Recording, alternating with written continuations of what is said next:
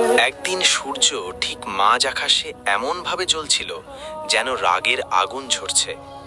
যাত্রীদের মুখ পুড়ে যাচ্ছিল এবং বালি গলানো সোনার মতো বহু দূর পর্যন্ত ছড়িয়েছিল। পা ফেললেই বালিতে ধসে যাচ্ছিল। এই নির্জন মরুভূমির মাঝখান দিয়ে ব্যবসায়ী সরফরাজের কাফেলা খুব কষ্টে এগিয়ে যাচ্ছিল।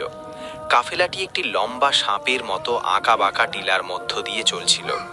ভারী বোঝা তারা বহন করছিল।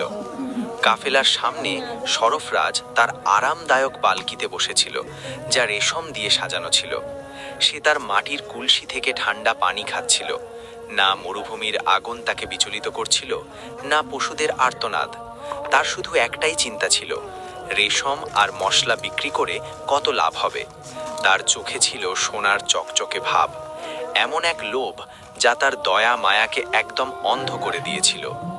কাফেলার পেছনের দৃশ্য ছিল একদম উল্টো।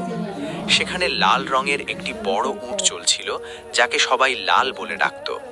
মেহেদি রঙের চামড়ার এই উটটি তার যৌবনের সব দিন সরফরাজের সেবায় কাটিয়ে দিয়েছিল। লালের ওপর পাহাড় সমান বোঝা চাপানো ছিল, কাঠের ভারী সিন্দুক আর বড় বড় সব গাঁটরি। এত বোঝা যে তার শক্তিশালী পাগুলো প্রতি কদমে কাঁপছিল। হঠাৎ লালের সামনের পা বালির এক গর্তে আটকে গেল। উটটি ওঠার চেষ্টা করলো, কিন্তু বোঝা এত বেশি ছিল যে সে জোরে মাটিতে আছড়ে পড়ল। দুর্ভাগ্যবশত একটি ধারালো পাথরের কিনারায় তার মাথায় জোরে আঘাত লাগলো। একটি চাপা চিৎকার বেরিয়ে এলো, রক্ত বালিতে মিশে গেল।